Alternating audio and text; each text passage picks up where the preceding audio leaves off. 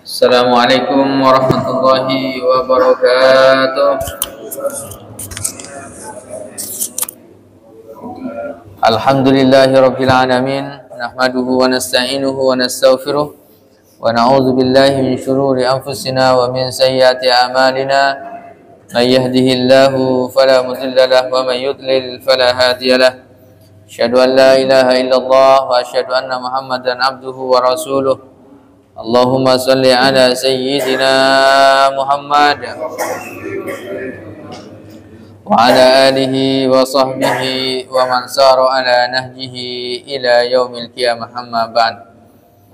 Hadirin hadirat yang dimuliakan Allah Subhanahu wa taala, alhamdulillah wa syukurillah, pada subuh yang cerah ini Allah Subhanahu wa taala berikan kita kesempatan bisa hadir di masjid Fasabiqul Khairat, melaksanakan sholat subuh secara berjamaah, dilanjutkan mengikuti kajian tafsir.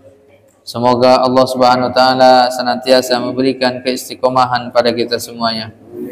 Mari kita mulai kajian kita bersama-sama membaca Ummul Kitab. Al-Fatihah. A'udzubillahi minasyaitonir rajim. Bismillahirrahmanirrahim.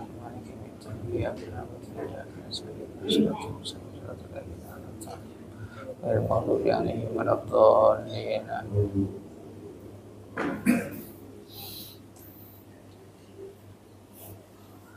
Baik, kita akan lanjutkan pembahasan kita. Kita sampai pada ayat 87 ya. 86 pada pekan yang lalu. Sekarang kita masuk surah Al-Baqarah ayat 87 88. Bismillahirrahmanirrahim. Mari kita baca bersama-sama. Semoga setiap ayat, setiap huruf mendatangkan berbagai pahala dan syafaat di hari kiamat insyaallah. A'udzu billahi minasyaitonir rajim. Bismillahirrahmanirrahim.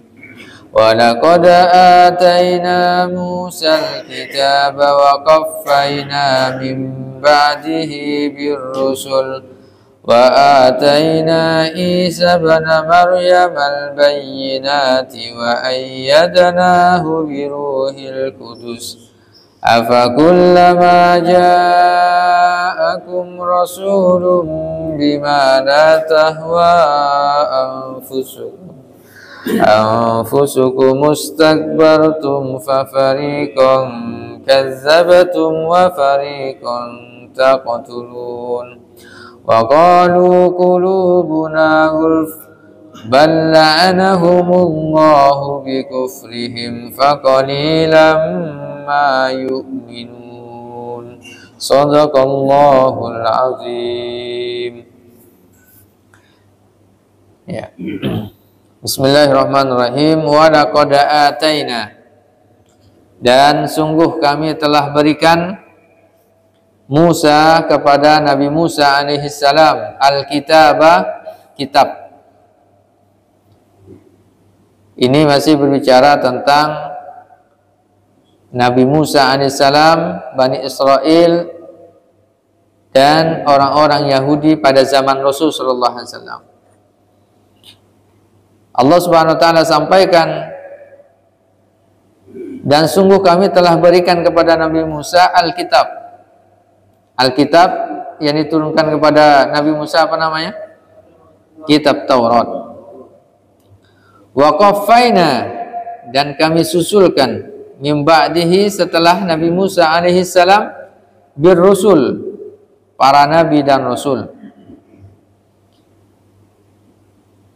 Ini dalam rangka memberikan penjelasan kepada Bani Israel, memberikan penjelasan kepada kita tentang Bani Israel, di mana mereka senantiasa melakukan inat, pembangkangan, melakukan penyimpangan dan mereka senantiasa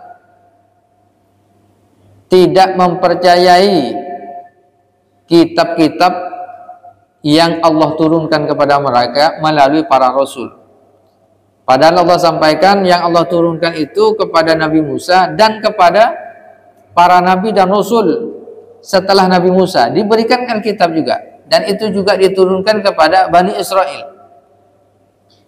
Sampai ke penutup nabi yang jalurnya itu dari Bani Israel.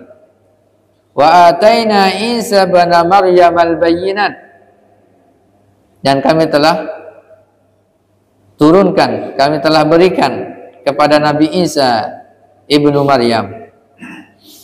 Isa ibnu Maryam, kami telah berikan kepada Nabi Isa. Ini juga menunjukkan bahwa ayat ini setelah Nabi Musa alaihissalam, kemudian para nabi dan rasul setelahnya sampai kepada Nabi Isa, Allah turunkan al-bayyinat, keterangan-keterangan tentang kebenaran Islam, tentang kebenaran para nabi dan rasul, dan juga apa? Keterangan-keterangan yang membenarkan tentang kenabian Nabi Muhammad SAW. Tapi ternyata banyak juga yang masih ingkar. Nah, dalam redaksi ini menarik tentang ada Nabi Isa ibnu Maryam. Seharusnya binnya itu kan bin bapak ya. Nah, karena Nabi Isa alaihissalam tak punya bapak, maka binnya kepada ibunya,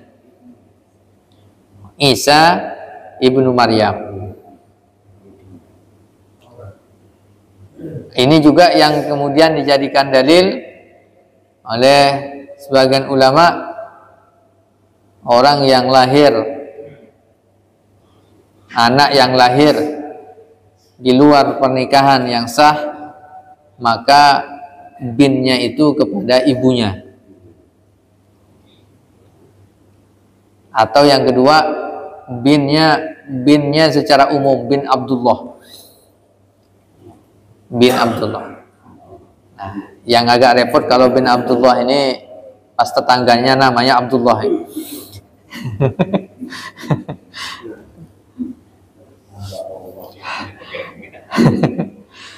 Nah, Abdullah ini adalah hamba Allah. Ini bersifat umum. Nah, ini senantiasa kita baca Isa ibnu Maryam. Dan ini yang kedua dapat kita pahami juga bahwa Nabi Isa ini berarti bukan Tuhan, karena dia adalah anak dari Sayyidah Maryam. Nah, maka dia tidak masuk dan tidak layak menjadi Tuhan. Nah, Nabi Isa ini diberikan Alkitab oleh Allah Subhanahu wa taala, nama kitabnya apa? Injil. Nah, di dalamnya menjelaskan juga tentang kebenaran Islam, tentang kebenaran Nabi Muhammad SAW yang akan datang setelah Nabi Isa ini. Lalu Allah Subhanahu wa taala berikan mukjizat. Bayyinat ini juga diantaranya adalah bagian dari mukjizat. Nah, mukjizat yang Allah berikan kepada Nabi Isa alaihissalam diantaranya apa? Bisa menghidupkan orang yang meninggal dunia. Ini luar biasa nih. Ini mukjizat. Orang meninggal bisa hidup lagi, bisa ngomong, setelah itu dimatikan lagi. Itu bisa.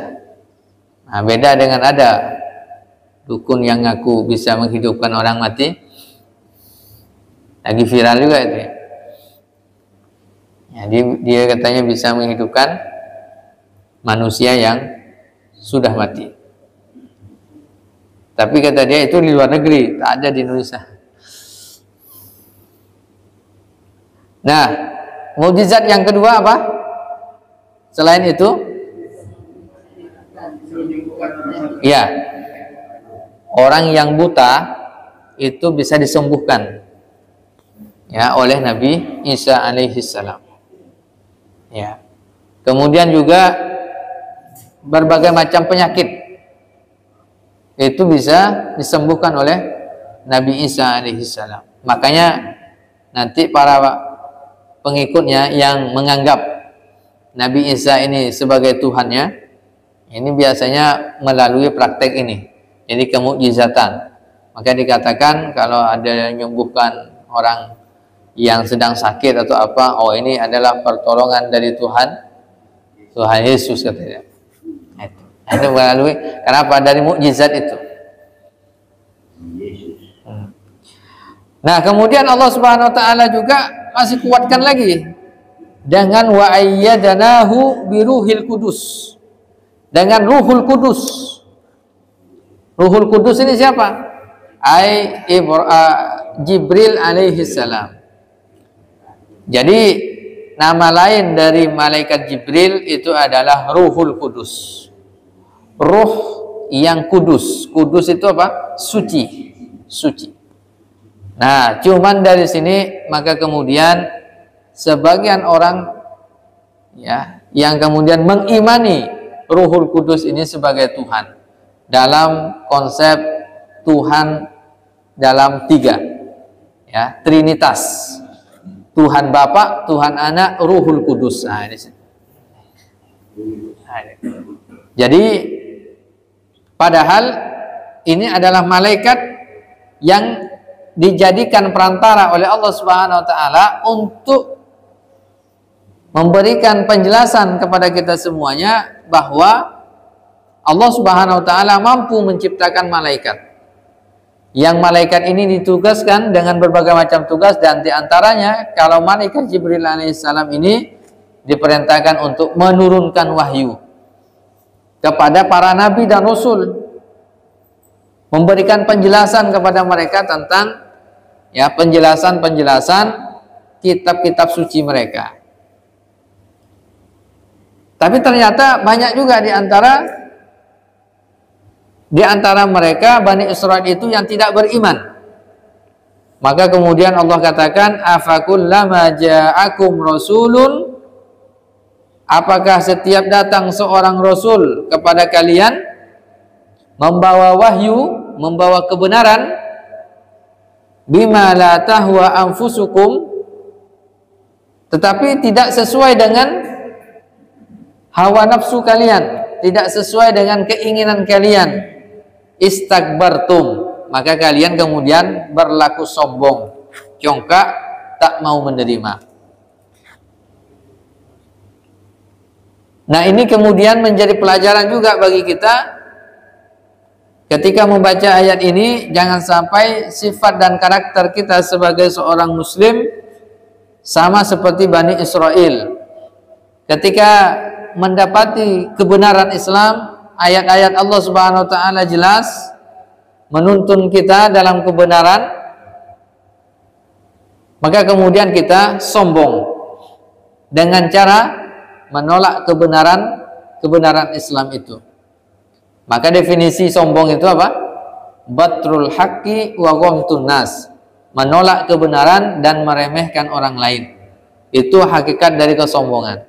Nah, Bani Israil itu ketika datang para nabi dan rasul disertai dengan mukjizat yang Allah berikan kepada mereka supaya mereka beriman kepada Allah. Ada sebagian mereka beriman tapi tidak secara sempurna. Ada yang sebagian dari ajaran kitab sucinya yang diambil. Itu kalau sudah sesuai dengan selera. Kalau tak sesuai selera maka tidak dikerjakan, ditinggalkan.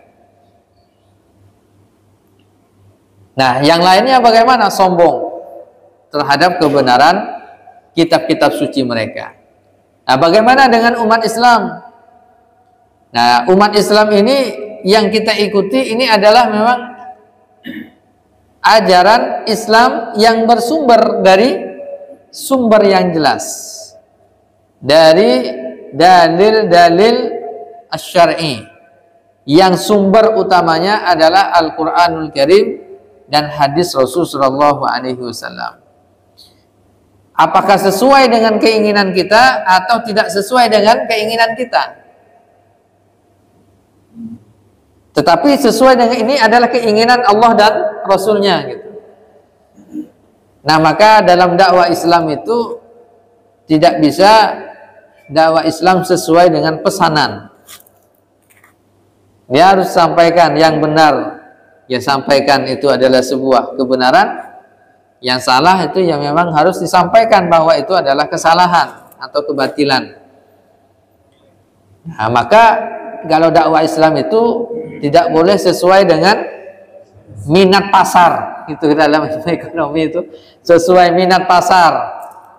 Misalnya, oh ini pasarnya bisa yang ini bisa halal gitu. Jadi kemudian yang berubah, yang sebelumnya halal menjadi haram atau sebaliknya, yang halal menjadi haram. Nah, ini adalah bagian dari kesombongan.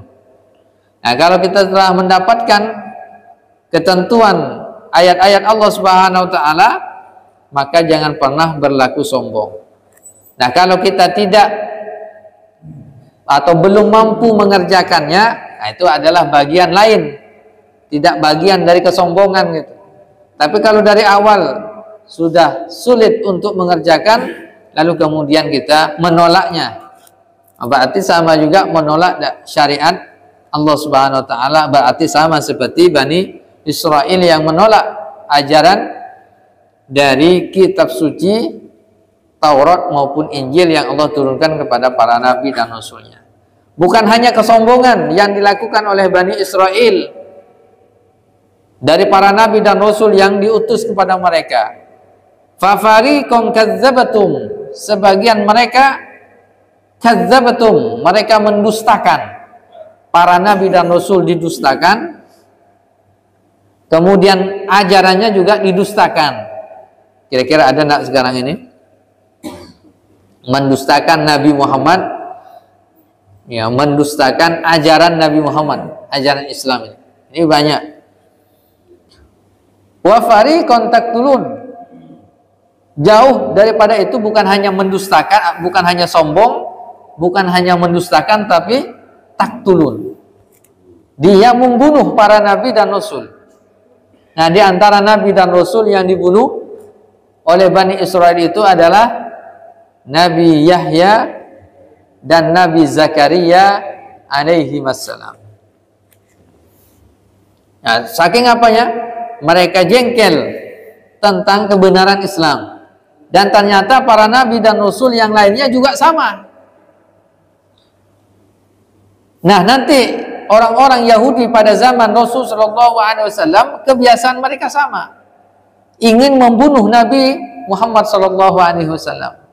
Kan makanya setiap nabi dan rasul mau dibunuh semua, mau dikejar-kejar semua, ya, dikejar, diintimidasi, mau dibunuh sejak zaman Nabi Nuh alaihi salam.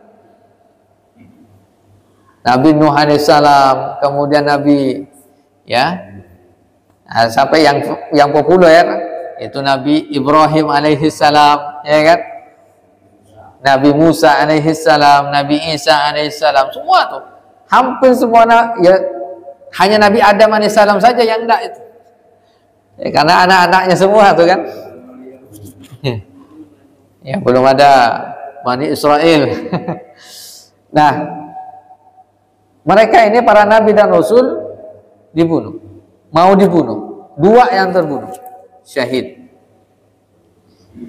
Nah, ini pembunuhannya pun sadis juga. Di antaranya Nabi Zakaria itu digergaji. Bayangkan tuh, kalau langsung pancung mungkin agak ini, ya kan? Walaupun itu salah besar juga kan. Tapi ini digergaji, bayangkan tuh. Saking apanya itu berarti. Dan ini karakter ini akan tumbuh terus gitu. Nah, maka Nabi Muhammad SAW ketika diutus, sejak Rasulullah menyampaikan dakwahnya secara terang-terangan, ada usaha dari kafir Quraisy untuk dibunuh juga. Nah, ketika di kota Mekah, di kota Madinah, maka ketika ketemu dengan rahib, ya, ketika ditanya, oh ini ada tanda-tanda kenabian, ini dia akan diusir, dia akan diusahakan untuk dibunuh, ya, makanya itu, maka hendaknya ya, dijaga keponakanmu ini, yang disampaikan kepada ya pamannya Abu Thalib. Nah, ini sangat luar biasa. Nah, ini kebiasaan mereka. Fa fariqan kazzabatum wa fariqan taqtulun.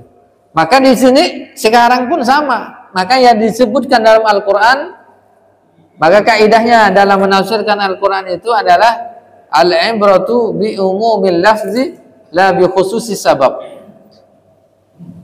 Pelajaran yang bisa kita ambil dari ayat-ayat Al-Qur'anul Karim itu adalah keumuman lafaznya, bukan dari kekhususan sababun nuzulnya gitu. Tapi keumuman lafaznya, kalau ini disebutkan dalam Al-Qur'an, berarti akan ada pengulangan-pengulangan karakter, perilaku yang sama, yang mestinya Pak diwaspadai oleh orang-orang yang beriman. Kenapa mereka sombong, mendustakan Allah, mendustakan Rasul, mendustakan ajaran agama, sampai mereka mau membunuh para nabi dan Rasul? Ayat 88-nya, wa qalu qulubuna ghulf. Mereka mengatakan hati-hati kami ini ghulfun. Ghuluf ini apa? Tertutup. Ya, bahwa qulubuna ghulf. Ghuluf ini hatinya tertutup, terhalang. Akhirnya mereka mengatakan sendiri nih, ya, hati kami ini sudah tertutup dah dari kebenaran itu. Kalian mau ngomong apapun itu, wah itu, dah hati kami sudah tertutup. Kami tidak akan menerima apa yang engkau sampaikan.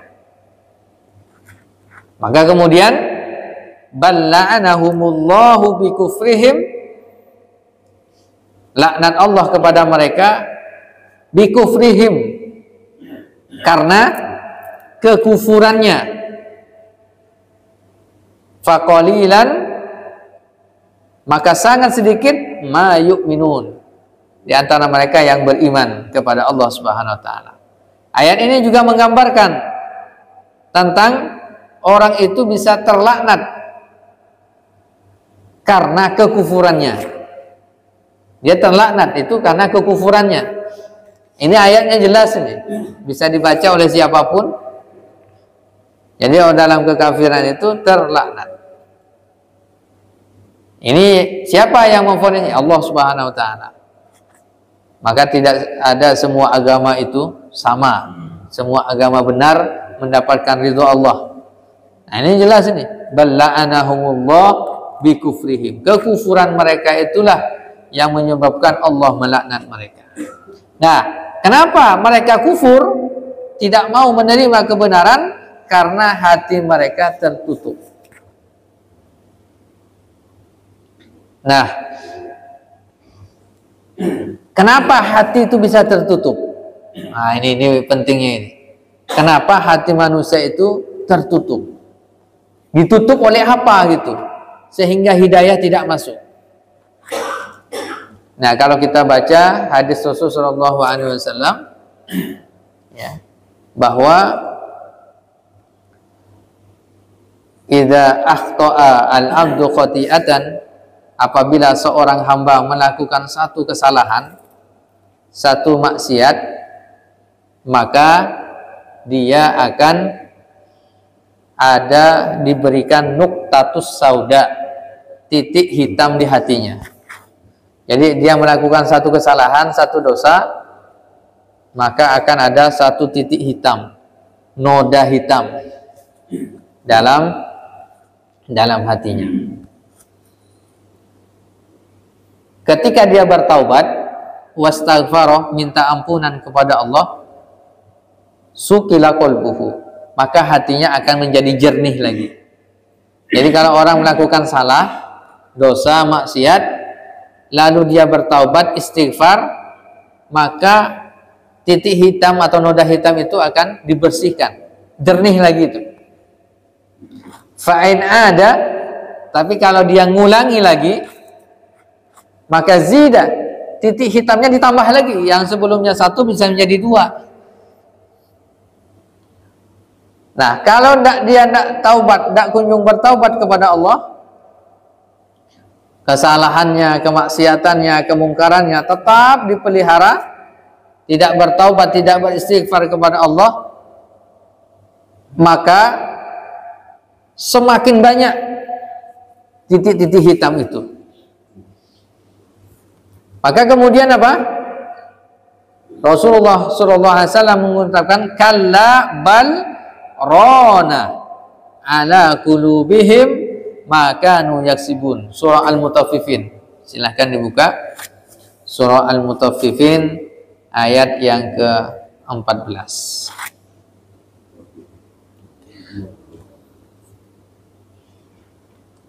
Nah, di situ ayat yang ke-10-nya. Kita lihat dulu sebelum 14-nya, ayat yang 10. Wailu yauma idzil lil mukazzibin. Wail, celaka, neraka Wail. Wail ini adalah lembah dalam api neraka. Nah, api neraka ada lembah namanya Wail. Nah, dalam terjemahan biasanya celaka gitu. Itu neraka Wail itu. Pada hari itu celaka bagi orang siapa? Al-mukazzibin, orang yang mendustakan agama.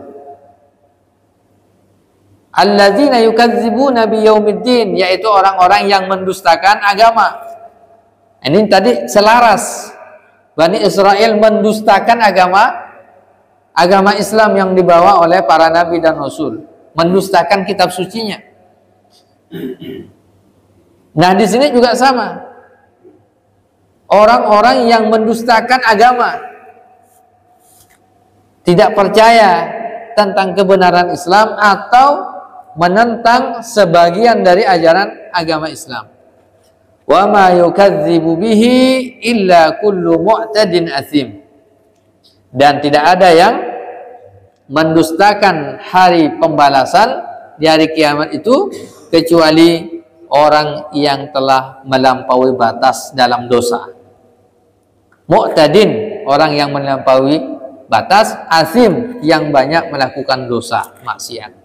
Ini tadi kebiasaannya sudah melampaui batas, keterlaluan lah bahasa kita itu dalam dosanya. Idza tutla alaihi ayatuna, kalau dibacakan ayat-ayat kami kepadanya, qala, dia akan mengatakan asatirul awwalin, ini adalah dongeng masa lalu. Ini banyak terjadi, ya kan? Ketika dibacakan ini adalah perintah Allah dan Rasulnya, oh, itu kan dongeng-dongeng aja itu, ya kan? Tak percaya dia dengan Al-Quran, tak percaya dia dengan hadis Rasul sallallahu alaihi wasallam. Dia katakan dongeng, asatir, ya. Nah, inilah yang menyebabkan ketika sudah banyak melakukan dosa, melampaui batas, mendustakan ayat-ayat Allah Subhanahu wa taala, kalla, sekali-kali tidak, bal rana ala qulubihim. Rona ini apa? Banyak noda. Ini banyak, biasanya nama orang itu namanya siapa? Rona katanya. Rona ini maknanya apa? Noda hitam. Karena dosa. Ala qulubihim, yang ada dalam hati mereka. Makanu yaksibun, karena ya sebab apa yang telah mereka kerjakan. Kalla innahum ar-rabbihim yauma idzil lamahjubun, dan mereka itu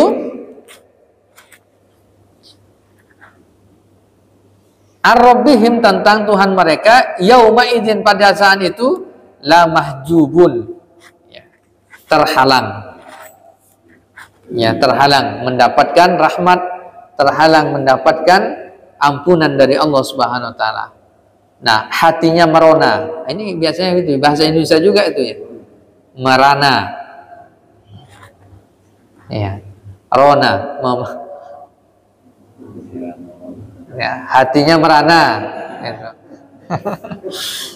Rona, ini rona nih. Nah, kenapa dia banyak hati orang itu merona, banyak titik-titik hitamnya?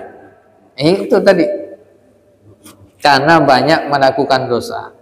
Nah, orang-orang yang tak beriman pada zaman Rasulullah SAW, orang-orang Quraisy dan Yahudi dan Bani Israel sebelumnya, mereka mengatakan, ya, qalu wa qalu qulubuna gulf, hati kami telah tertutup. Hati kami sudah tertutup sudah. Ya, tidak ada tempat untuk ayat-ayat Allah, tak ada tempat lagi untuk nasihat-nasihat. Nah, itu akan sulit juga kalau hati sudah merona, banyak rona, noda-noda hitam, sulit untuk mendapatkan nasihat-nasihat. Bahkan ketika ada nasihat terbantahkan, ya, terbantahkan begitu. Kenapa? Hatinya itu tertutup. Balla'anahumullah bikufrihim. Kembali pada ayat yang tadi Al-Baqarah ya, 88 bahwa mereka terlaknat karena kekufurannya. Mudah-mudahan kita sebagai hamba Allah Subhanahu wa taala ya senantiasa menjadikan ya, ayat-ayat Allah Subhanahu wa taala sebagai acuan dalam kehidupan kita, ya, acuan di dalam kita melakukan aktivitas ibadah, sosial dan ya, dakwah kemasyarakatan, ya, sehingga Allah Subhanahu wa taala ridho kepada kita. Ya, berbeda dengan orang yang banyak membaca Al-Qur'an tapi kemudian jauh dari ya, hidayah Allah Subhanahu wa taala karena apa? Mereka menutup hati mereka. Banyak melakukan dosa dan maksiat. Nah, menentang para nabi dan rasul, menentang ajarannya sehingga mereka benar-benar ya terlaknat di dunia dan di akhirat. Bahkan waktu yang lalu kita sampaikan di antara laknat Allah Subhanahu wa taala memvonis atau mengutuk mereka ya menjadi khonazir, menjadi khonazir itu adalah babi-babi dan ya kirodatan khosiin, monyet-monyet yang hina. Ini dalam ayat Al-Quran. Mudah-mudahan bermanfaat bagi kita semuanya. Ya, mungkin kita berikan waktu sesi tanya jawab. Persilahkan jika ada yang mau bertanya. Waalaikumsalam warahmatullahi wabarakatuh.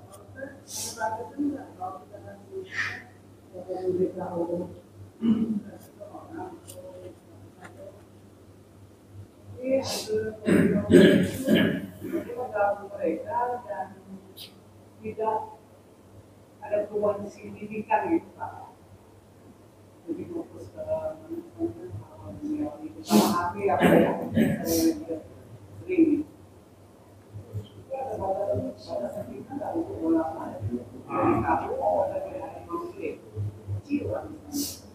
batasan apa Bu? Batasan apa tuh? Oh, batasan memberitahu seseorang. Iya.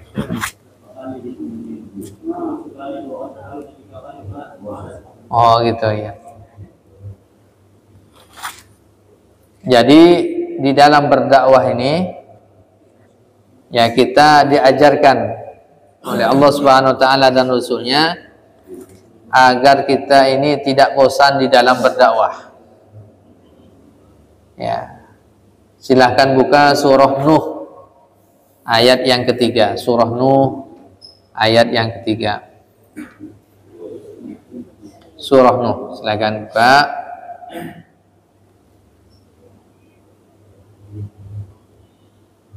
Ayat yang kelima ya.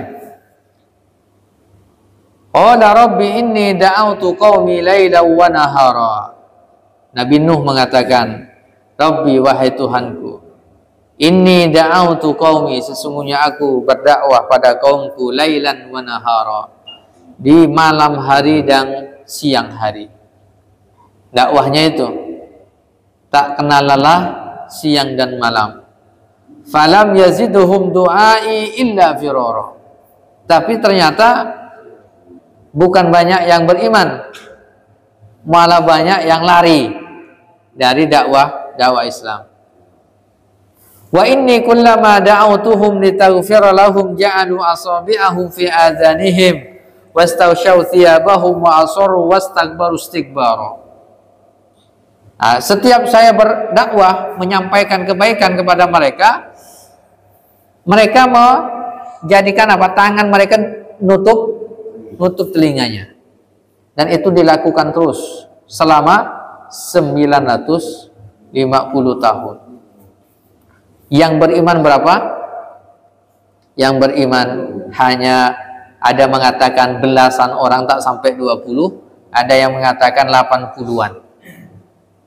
Tak sampai 100. 950 tahun berdakwah. Tak sampai 100 orang. Apakah beliau termasuk nabi yang gagal? Tidak. Bahkan beliau diangkat menjadi ulul azmi minar rusul, ulul azmi. Maka yang dilihat oleh Allah Subhanahu wa taala adalah prosesnya, proses di dalam berdakwahnya, bukan hasilnya. Kalau hasil itu urusan Allah Subhanahu wa taala. Nah, di dalam berdakwah itu yang dilihat itu adalah prosesnya. Nah, artinya kalau kita berdakwah jangan pernah kita bosan. Karena kalau kita bosan, nah maka bisa jadi terkena pada seperti kisahnya Nabi siapa? Nabi Yunus alaihissalam. Beliau ini Nabi Yunus alaihissalam ketika berdakwah ini merasa bosan, merasa jengkel, lalu ditinggalkan. Silahkan buka ayatnya. Ya.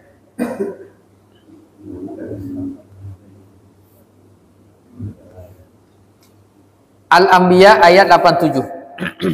Al-Anbiya 87. Al-Anbiya ayat 87. Wa dzannuni, dan Nabi Yunus, Nabi Nun. Nabi Nun ini adalah Nabi Yunus alaihissalam. Idz dzahaba mughadiban, ketika dia keluar dari kampung halamannya, mughadiban, dengan apa? Marah. Kenapa? Karena kaumnya tak mau beriman. Udah siang malam didakwahi, tak kunjung beriman kepada Allah Subhanahu wa taala. Akhirnya dia lari, tinggalkan itu. Fadhanna allan naqdiru alaih. Gitu. Padahal benar juga kan, kalau dari sisi kita ada benarnya juga kan gitu ya. Udah dakwah siang malam ini kayaknya udah tinggalkan aja lah. Nah, beliau ini meninggalkan itu. Ternyata itu sebuah kesalahan dari Allah Subhanahu wa taala. Ya. Lalu kemudian apa? Ketika beliau mau meninggalkan kampung halamannya, naik kapal, maka diberi cobaan oleh Allah Subhanahu wa taala. Itu bagian dari itab. Apa namanya? Sanksi. Fanada fiz zulumat. Akhirnya dia, singkat ceritanya kan, kemudian dilempar ke laut, dimakan ikan. Dan alhamdulillah ikan yang makan ini mungkin tak pakai gigi, langsung ditelan, akhirnya masuk ke perut ikan. Ini alhamdulillah Nabi ini meninggalkan dakwahnya karena mughadiban, marah. Kenapa? Jengkel lah bahasa kita itu. Ini tak, sudah siang malam dikasih nasihat, nah udah akhiri sajalah, dia cari tempat dakwah yang lain kan gitu kan. Ternyata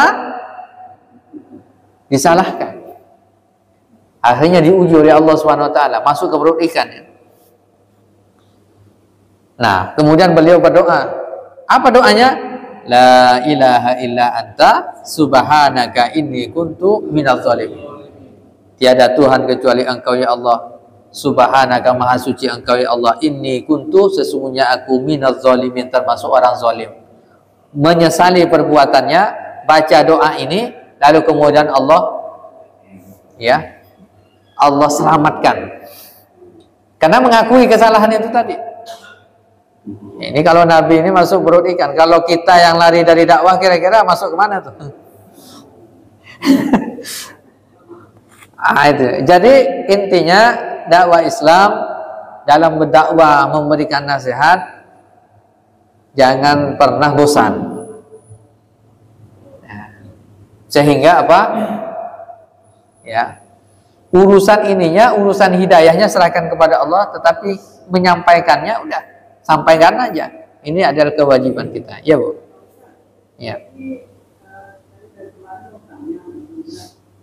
Apa bukannya hidayah Allah dengan misalnya saya seorang yang beruang apa? Jadi hubungan hidayah dengan keinginan seseorang untuk menjadi lebih baik, taat, apa? Iya. Iya. Jadi hidayah ini kan ada paling tidak dua bentuk ya. Kalau dengan yang di Masjid Fastabiqul Khairat ada 3 berarti Pak Hidayat.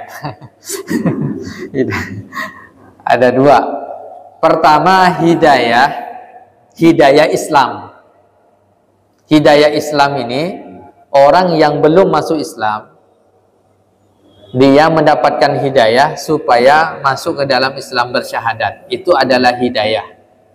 Hidayah Allah Subhanahu wa taala namanya hidayatul Islam. Yang kedua, orang sudah berada di dalam Islam. Tapi ini kan butuh hidayah, petunjuk juga untuk melaksanakan ajaran Islam. Nah, kita sebagai seorang muslimah, ini banyak yang beratnya itu hidayah melaksanakan ya aturan-aturan Islam, ajaran-ajaran Islam. Ini yang kemudian ketika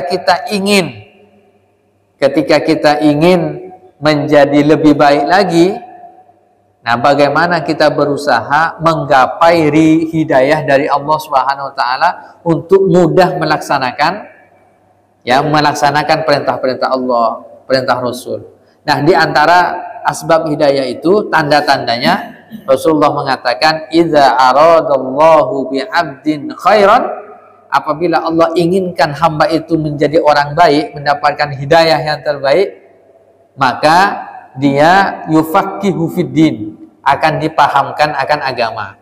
Kalau dalam diri kita ini ada semangat untuk belajar Islam, ada semangat untuk memperbaiki diri, bersemangat untuk untuk memaksimalkan ibadah-ibadah ketaatan kita, maka yakinlah bahwa itu adalah hidayah ya dari Allah Subhanahu wa taala. Gambaran itu Bu ya. Wallahu a'lam bishawab. Waalaikumsalam warahmatullahi wabarakatuh. Namun pertanyaan ibu tadi itu masalah dakwah itu tidak ada yang nakal. Jelas. Kalau jumlahnya itu bagaimana? Satu orang tidak pernah berdakwah ini bukan. Lalu kemudian sombong ini kan kalau menurut Ustaz jelaskan dari ada hubungan dengan Allah, ada hubungan dengan manusia. Nah, dan mungkin penjelasan Pak, syarat sombong itu apa? Syarat itu apa?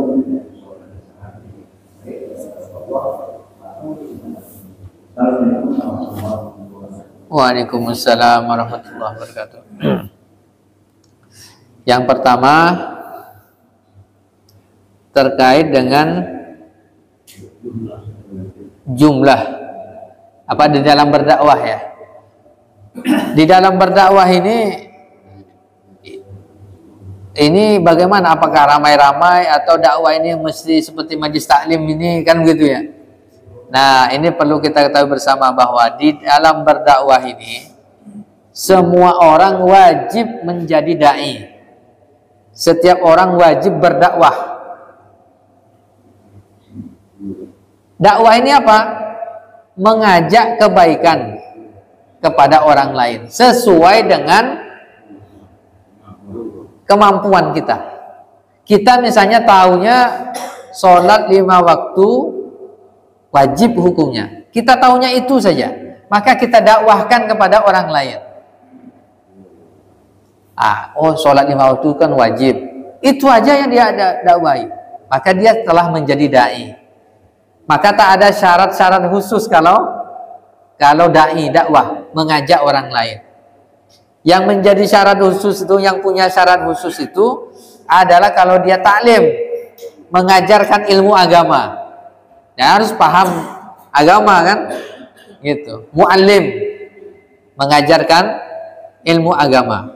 Tapi kalau dakwah, maka Rasulullah mengatakan balighu anni walau ayah. Sampaikan dariku walaupun 1 ayat saja. Nah, kita tahunya 1 ayat saja.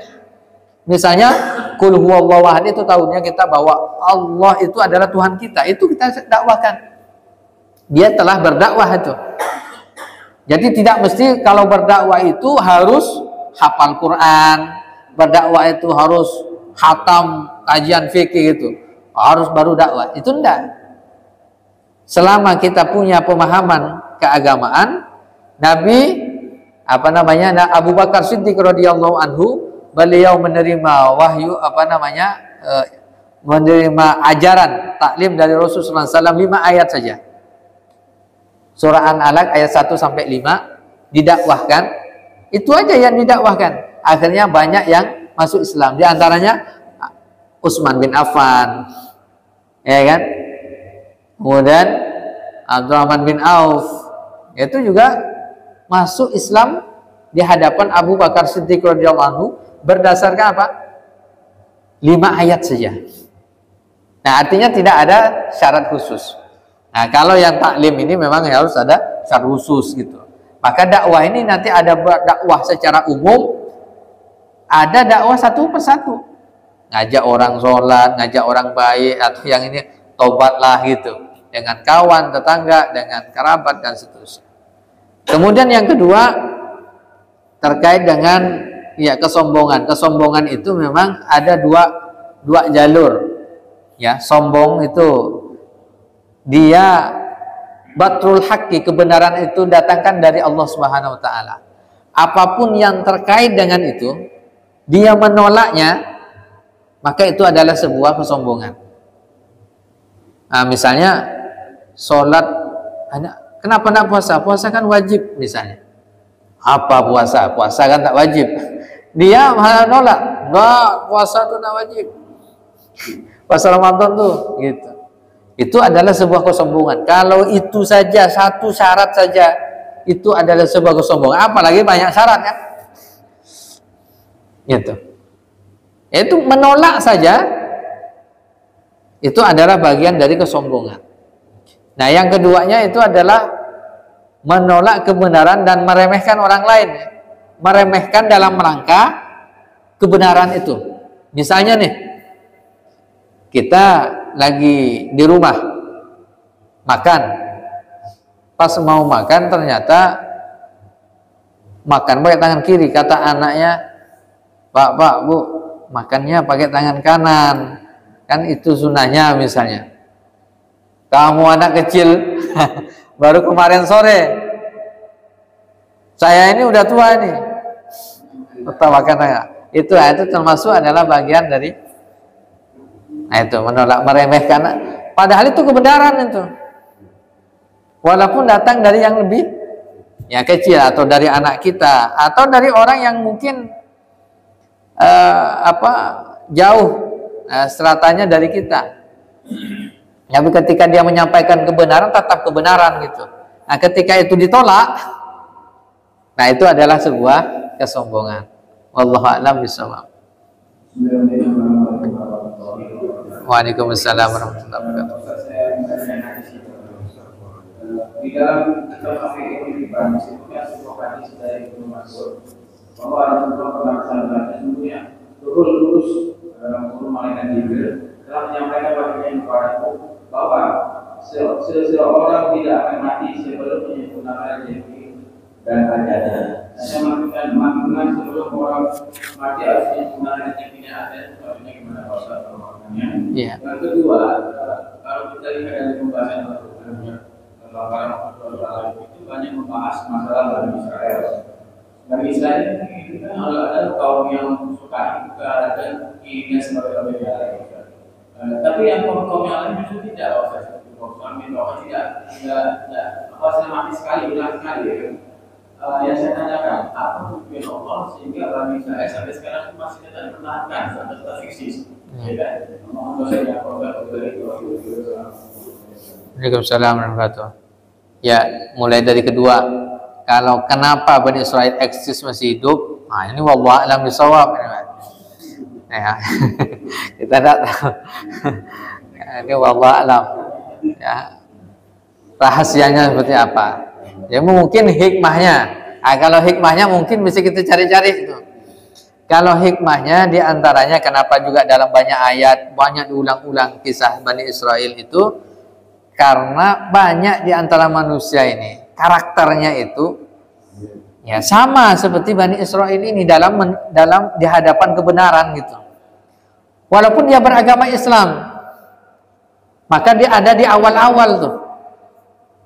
Ada di awal-awal. Makanya di awal Al-Fatihah pun kita minta perlindungan kepada Allah kan.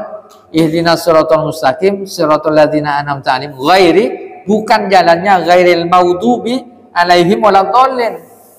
Nah, tafsiran dalam surah Al-Baqarah menafsirkan ini. Al-maghdub dan ad-dallin ini. Nah, al-maghdub inilah nanti yang banyak yang terlaknat, yang dimurkai oleh Allah, ini adalah Bani Israel ini dan keturunannya. Ad-dallin ini itulah nanti apa? Yang menuhankan Nabi Isa alaihi salam. Nah, gitu. Ini ya supaya tidak sama gitu karakternya umat Islam. Yang kedua, yang pertama terkait dengan hadis Rasulullah SAW bahwa ini apa bagian dari syarah dalam Ibnu Katsir terkait dengan ayat yang kita baca tadi 87. Nah, di mana Allah Subhanahu wa taala tidak akan mencabut nyawa seseorang sampai disempurnakan ya rezekinya. Kenapa demikian? Karena Allah Subhanahu wa taala ketika menciptakan makhluknya manusia ini, Allah telah tentukan rezekinya. Nah, selama dia dalam hidupnya ini belum menikmati rezekinya secara yang sudah ditentukan oleh Allah secara total, secara sempurna, maka dia akan belum mati. Makanya biasanya ada orang ketika masuk ke tenggelam ke laut kah, atau dia masuk sumur. Nah, atau dia biasanya lagi sekarat. Dia akan minta tuh teh kata dia biasanya. Nah, dibuatkanlah teh. Minum setengah gelas. Setelah itu baru meninggal dunia. Kenapa? Karena itulah sisa itu. Rezeki yang Allah itu harus diminum itu. Ya karena itu rezeki yang Allah tentukan. Kenapa? Innallaha la yukhliful mi'ad. Allah tidak akan melanggar janji yang telah Allah sampaikan. Nah gitu. Manusia itu akan sempurna menikmati rezekinya dulu baru dia meninggal dunia. Pertanyaannya kan sampai batas mana rezeki kita? Ini kan wallahu a'lam, yang enggak tahu gitu. Rezeki kita yang mana kan gitu. Itu yang enggak tahu. Nah, itu rahasianya. Pasti. Ya, makanya biasanya orang dia minta ini langsung meninggal. Itu memang menyempurnakan rezekinya. Wallahu a'lam bishawab. Silakan, Pak. Waalaikumsalam warahmatullahi wabarakatuh.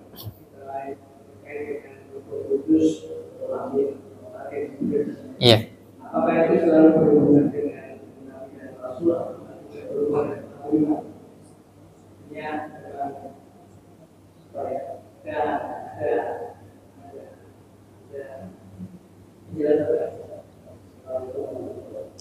Waalaikumsalam warahmatullahi wabarakatuh. Jadi malaikat Jibril alaihissalam, di antara namanya itu ada Jibril, kemudian Ruhul Kudus, Ruhul Amin. Itu memang adalah bagian dari nama ala qalbika litakuna minal mu'minin. Nah, jadi Ruhul Amin, kalau malaikat Jibril ini ditugaskan kepada para nabi dan rasul, juga kepada orang-orang yang beriman. Nah, maka kemudian para ulama juga membahas tentang malaikat Jibril. Para nabi dan rasul kan udah selesai, tak ada lagi, berarti nganggur dong malaikat Jibril, kan gitu kan. Akhirnya pertanyaan gitu kan. Nah, kan wahyunya udah terputus. Nah, maka kemudian ya para ulama mengkaji, nah di antaranya adalah memberikan bimbingan, memberikan ilham kepada orang-orang yang beriman. Ini yang kemudian menjadi tugas ya, Nabiullah Jibril alaihissalam. Ya, memberikan bimbingan kepada orang-orang yang beriman. Ini di antara tugasnya. Tidak hanya kepada para nabi dan rasul, tapi juga kepada orang-orang yang beriman. Wallahu a'lam bishawab. Masih ada? Kalau tidak ada, kita akhiri kajian kita pada subuh hari ini. Mudah-mudahan ada hikmah pelajaran bagi kita semuanya. Mohon maaf atas segala kehilafan. Kita akhiri dengan membaca hamdalah dan doa kafaratul majlis. Alhamdulillahirabbil alamin. Subhanakallahumma wa bihamdika asyhadu an la ilaha illa anta astaghfiruka wa atubu ilaik. Assalamualaikum warahmatullahi wabarakatuh.